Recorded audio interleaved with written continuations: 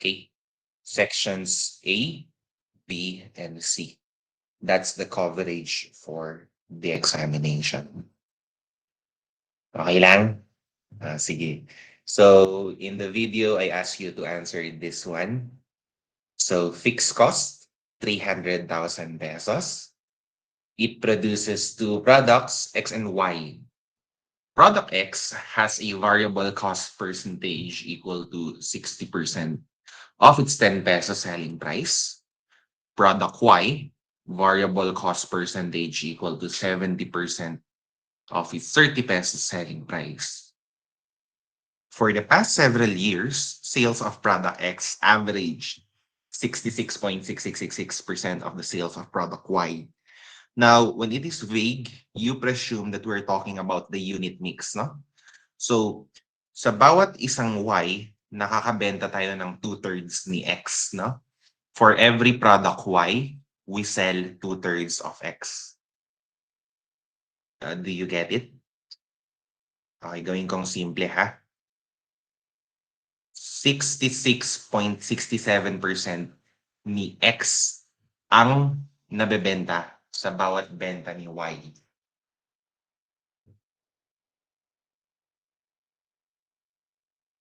So for example, nakakatatlong Y kang nabenta, nakakabenta ka ng dalawang X. Tama? That's 2:3. If I'm not mistaken, it is 2:3. The ratio is not expected to change. What is Kaptu's break-even point in pesos? Everyone, please answer.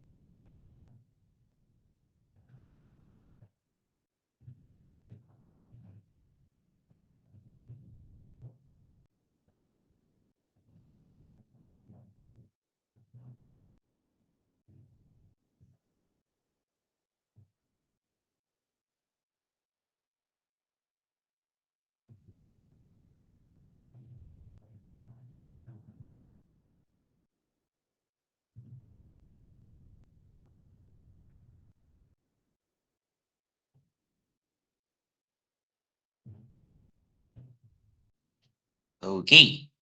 Break-even point in pesos, everyone. Okay, isa lang yung sumagot. Isa lang ba yung sumagot? Sige. So the method that I'm going to use here is one that would utilize the weighted average CMR. And therefore, sales revenue mix yung gagawin natin dito. Okay, you have here X and Y. Prices are 10 and 30. The sales unit mix, 0.666:1. Yun yung ibig sabihin ng ratio na to. For the past several years, sales of product X average 66.666% of the sales of product Y. 0.6666:1.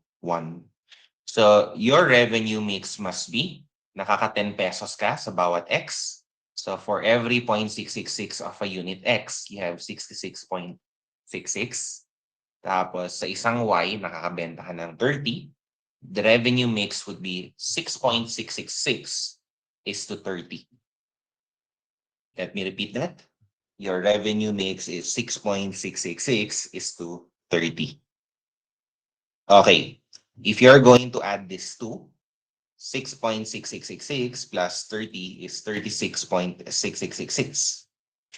6.666 divided by 36.6666, you would have 18.18%.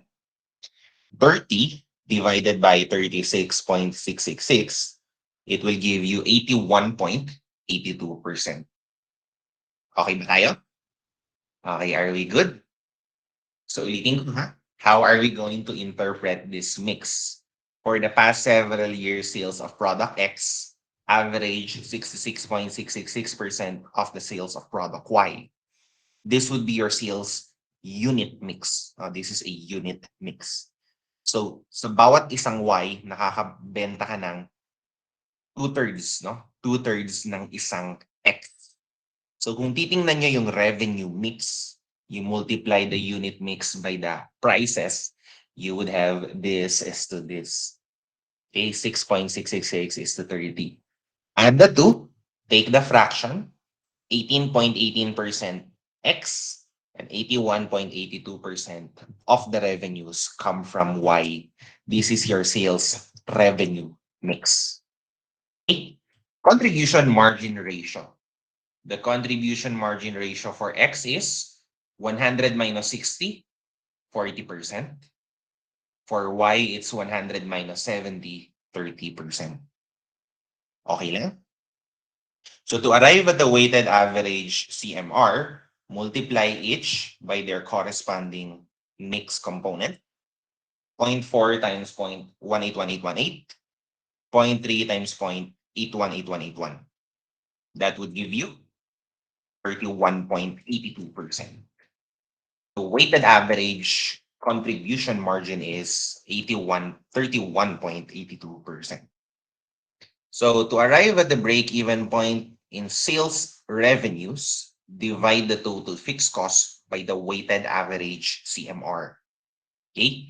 Divide the total fixed cost by the weighted average CMR. So you would have 300,000 divided by 0.3182, the break-even point in sales revenue, no? In pesos, no? Yun yung hinahanap. 942,803. 942,803. That's the correct answer for item number for the case on Kaftur. Okay. Do you have any questions? Do you have any questions? Isa lang yung nakasagot.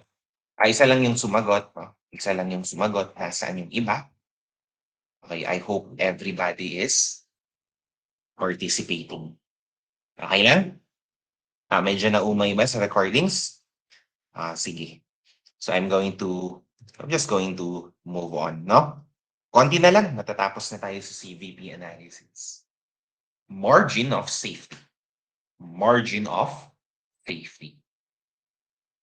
The margin of safety is the amount by which sales can fall, yet the business will not operate at a loss. The amount by which sales can fall, yet the business will not operate at a loss. So when you talk about the margin of safety, ito yung amount na yung sales mo pwedeng mahulog nang hindi ka nasasaktan. Okay? That you're not going to lose in your operations. Hindi ka magkakaroon ng operating loss. Okay? Again, the margin of safety is the amount by which sales can fall, yet the business will not operate at a loss. It's basically the difference between the actual or budgeted sales and the break-even sales. No? Kapag revenue, edi revenue. Huh? The margin of safety is the difference between your actual or budgeted sales and your break-even sales. Okay? That's the amount by which your actual sales can fall, yet hindi ka pa malulugi. Magbe-break even ka pa lang. Margin of safety. We may also express the margin of safety as a percentage of sales, no? Of the current sales. So we can also express the margin of safety as a percentage of the actual or budgeted sales. So that is margin of safety ratio, actual or budgeted sales minus break-even sales divided by your actual or budgeted sales. We call that the margin of safety ratio. Okay? This is the percentage by which sales can fall, hindi ka malulugi. Sige nga. Let's try answering this one. Rhetorics Incorporated. I will give you 2 minutes. Rhetorics Incorporated produces stereo speakers. The selling price per pair of speakers is $1,000. The variable cost of production, $300. Fixed cost per month, $49K. For November, the company expects to sell 125 pairs of speakers. Calculate the margin of safety in dollars. Go.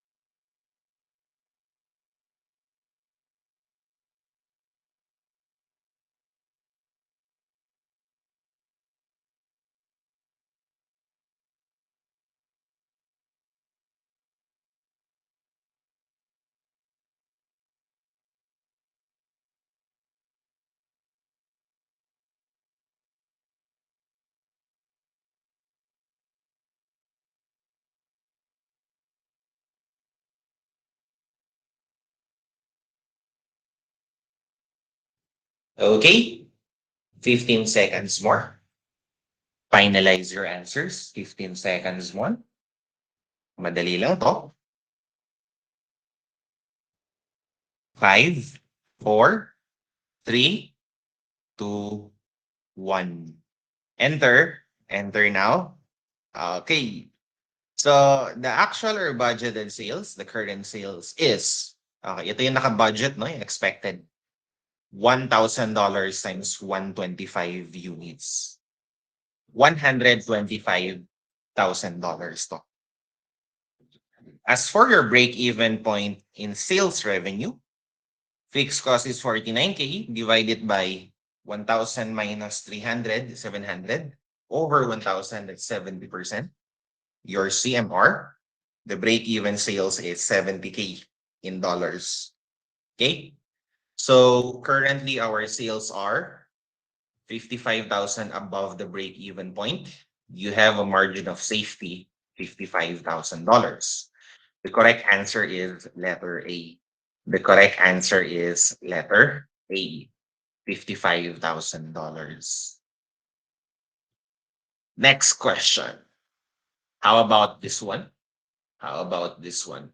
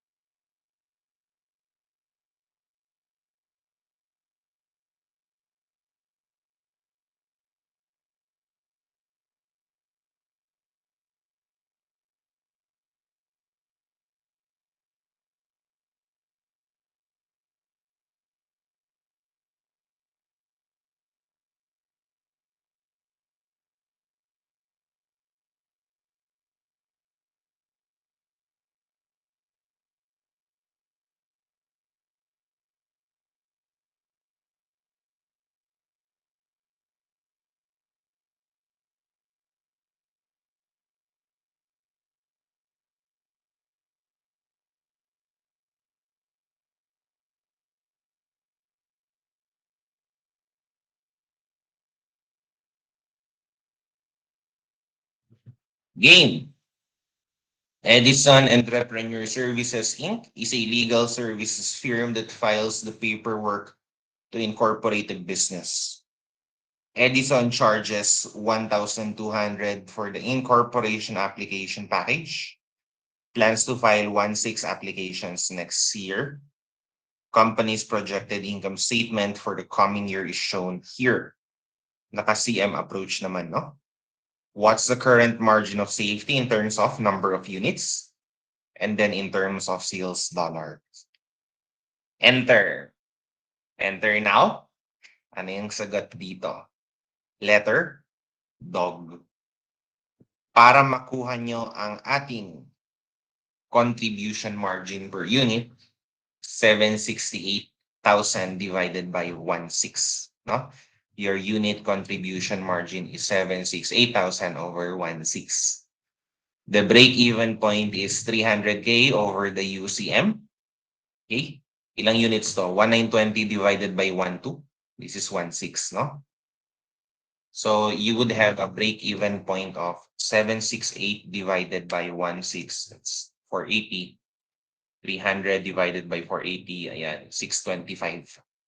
16 minus 625, 975. Kapag sales dollar, i-multiply nyo na lang sa price. Madali lang to, no? Multiply nyo na lang sa price. 975 times 12. Okay, 1,170K. Very good. The correct answer is letter dog. The correct answer is letter dog. Ito, we'll give you 3 minutes. Marsman Company had the margin of safety ratio of 20%, variable cost of 60% of sales, fixed cost 240K, break-even point 600K, and operating income 60K for the current year. What are the current year's sales? Go. 3 minutes.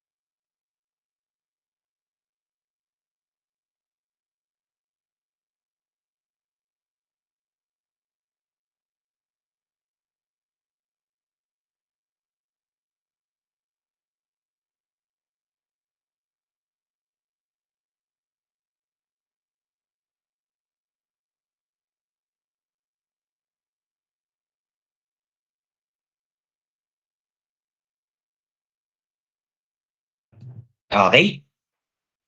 10 seconds more. 10, 9, 8, 7, 6, 5, 4, 3, 2, 1. Enter now. Enter now. Okay, there are many ways to answer this question. I'm just going to demonstrate one of them. Maraming mga paraan, maraming mga technique para sa question na to. So I'm going to use the MOSR formula. The margin of safety formula is the actual or budgeted sales, current sales yan, minus the break-even sales over the current sales. So that would be 20%, your MOSR. Current sales minus the break-even sales of 600K over current sales. Manipulate the equation. You have 20% current sales is equal to current sales minus 600K. So current sales minus 20% is 80%. That's equal to 600K. So your current sales indeed is 750,000 pesos. Okay? Ang magiging current sales nyo ay 750,000 pesos. Let us now move on to the indifference point. Pag sinabing indifference, wala kang pakialam. No? I don't care. No? So let's think about cost structures here. Cost structure pertains to the level of variable cost to fixed cost. The ratio of variable cost to fixed cost. Kapag sinabi nating cost structure, ito kung gaano kadami yung variable kumpara ang fixed, vice versa. Example, nasa pabrika kayo. In your factory, do you use more machines or more labor? Are the process in your factory manual and therefore you use people? Or are they machine intensive, automated? Kaya mas marami kang fixed cost. No? So, pag sinabi natin cost structure, ito yung mixture ng variable cost at fixed cost. Ano ba yung mas okay? Maraming variable or maraming fixed cost? Depende yan sa level ng sales. What I am interested in now is the indifference point. The level of sales in which the two different cost structures will yield the same profit. Wala kang pakialam kung gamitin mo yung isa o yung kabila. If you will use one or the other, it doesn't matter. You will arrive at the same profit. Indifference point is the level of sales in which two cost structures will yield the same profit. Profit from cost structure A will be equal to the profit from cost structure boy in this level of point. I'm going to use the following as an example. Tingnan natin kung masasagutan nyo. Okay? At what sales volume in units, no? This is in units. Will the two compensation plans be indifferent? The following data relate to guitar company, which sells a single product, selling price 50, purchase cost per unit, this is variable 20, commission 15% of sales is variable 750, monthly fixed cost 450,000. The firm's salesmen would like to change their compensation from 15% commission to 5% plus 100,000 per month fixed salary. Presently, the salesmen receive commission only. At what sales volume in units will the two compensation plans be indifferent? I will give you 2 minutes to answer this question. Go.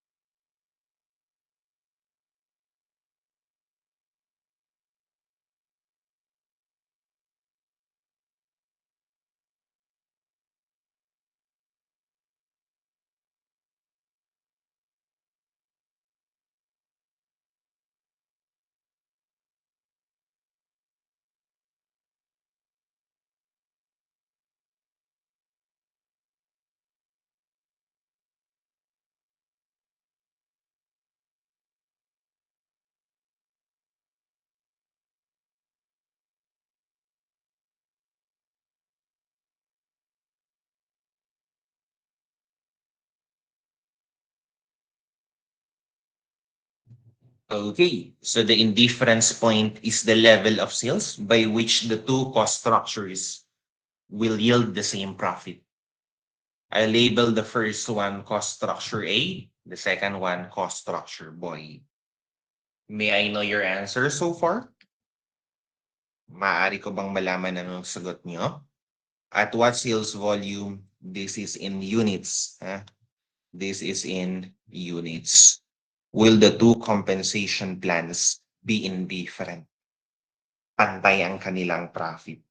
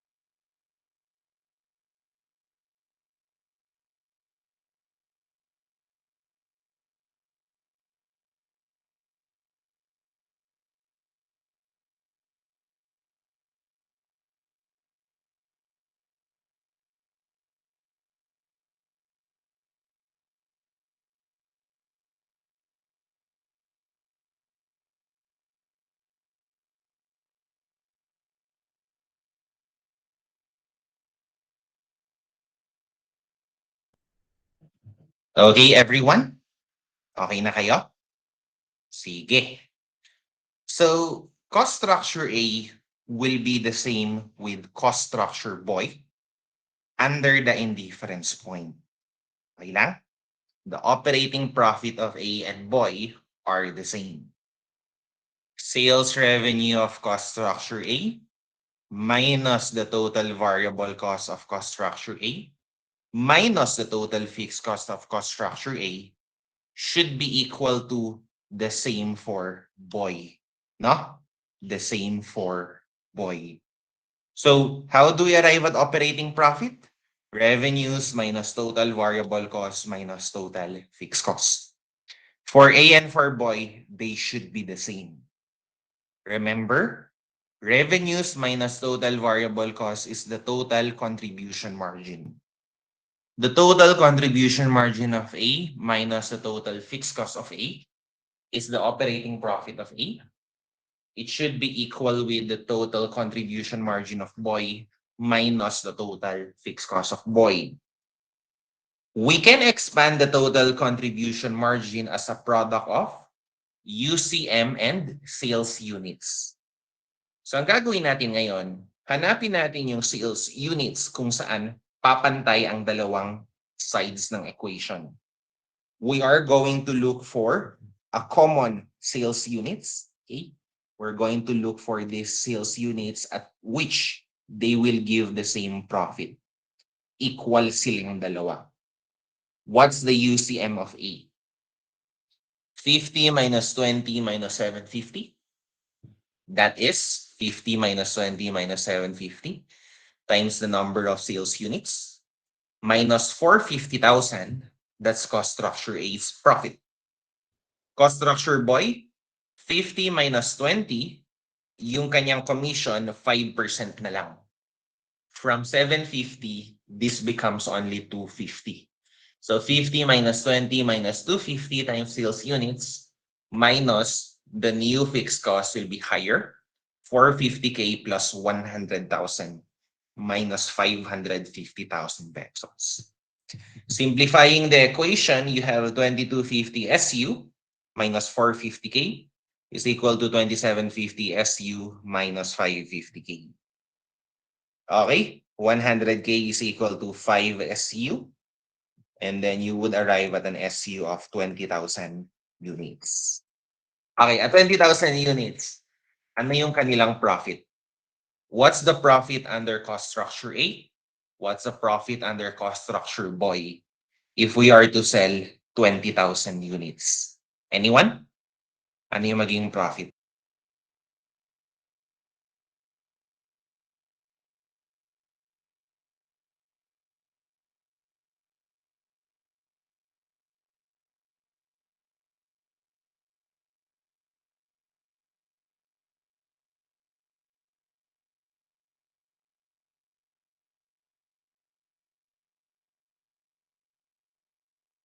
Okay. So nagkataon, break-even point rin, no? Nagkataon lang yan, ha? That just so happens that they are going to break even at the same, no? Nagkataon lang na magbe-break even din sila at 20,000 units. Okay? Both cost structure A and boy will give a zero profit under 20,000 units, the indifference point. Piliin mo man yung una o yung pangalawang cost structure, pantay ang kanilang profit. Malinaw? Okay. How about this one? This time, we're going to look for the total sales revenue indifference point. The total sales revenue at which Anilowski company would make the same profit or loss, regardless of the scheme model it decided to produce, is this time naka-sales revenue. Huh? Go.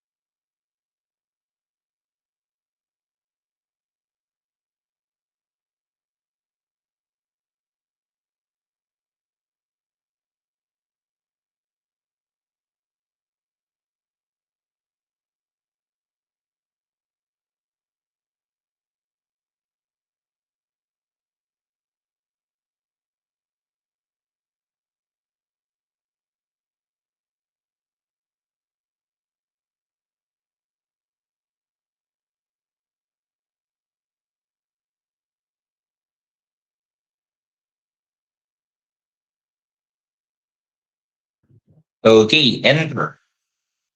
Enter. The total sales revenue at which Anilau's ski company would make the same profit or loss, regardless of the ski model it decided to produce. Okay lang?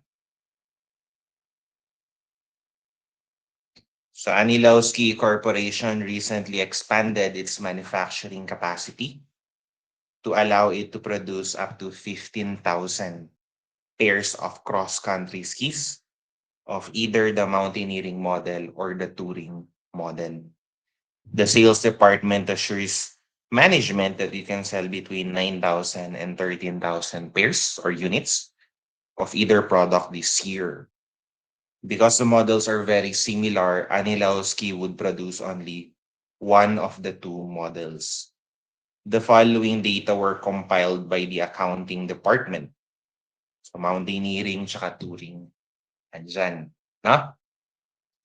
Kung mapapansin nyo, yung selling price ng mountaineering ay mas mataas kaysa sa selling price ni touring. Okay? So, iba yung kay mountaineering tsaka yung kay touring.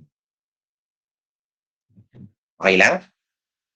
Hindi nyo makuha yung units, no? Hindi nyo makuha yung number of units. Kasi pag kukunin nyo yung number of units, imumultiply nyo sila sa iba't ibang selling prices. No? Sa iba't ibang selling prices. Okay lang? Sige. So, ang gagawin natin dito ay imbes na UCM times sales units, ang gagawin natin ay CMR, no? Ang gagawin natin ay CMR multiplied by the sales revenue. Tama ba? Okay. So the operating profit of cost structure A should be equal to the operating profit of cost structure B. Revenues minus variable cost minus fixed cost is operating profit. Both of A and B should be the same, no? A and B, they should have equal operating profit. So total contribution margin is the difference of revenue and variable cost. Okay, deduct the total fixed cost. It should be equal to the operating profit. But this time, we're going to dissect the total contribution margin into sales revenue times the CMR, no?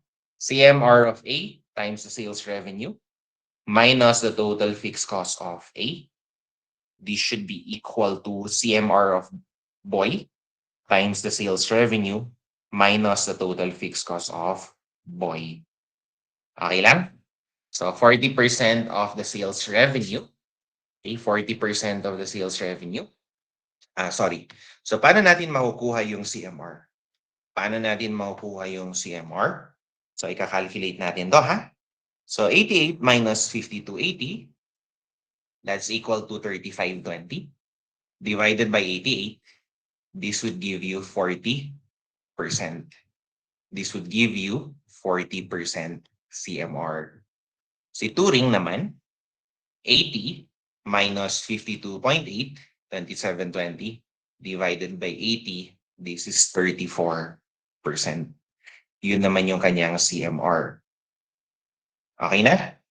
So, kay mountaineering yung A, 40% times SR, 40% times SR, minus the fixed cost of 369,600 should be equal to 34% for touring times SR minus its fixed cost of 316,800. So you would have 6% SR is equal to 52,800. Sales revenue at which they will have the same profit or loss, 880,000 pesos. 880,000 pesos.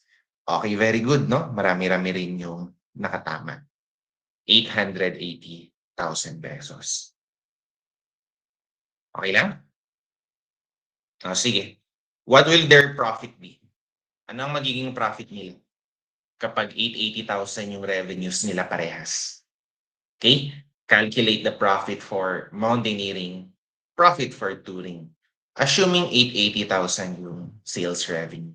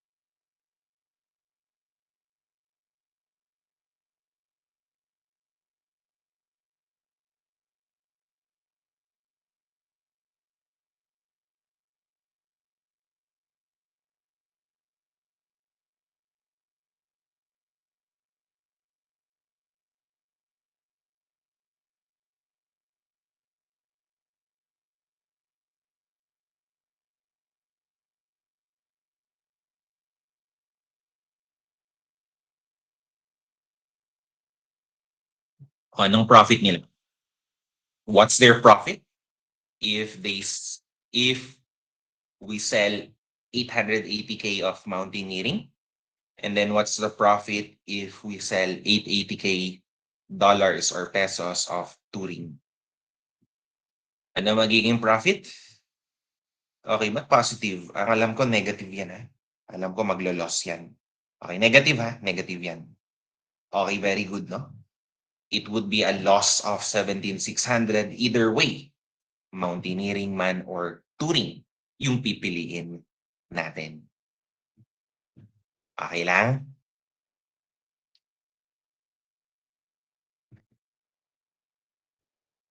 Okay ba tayo?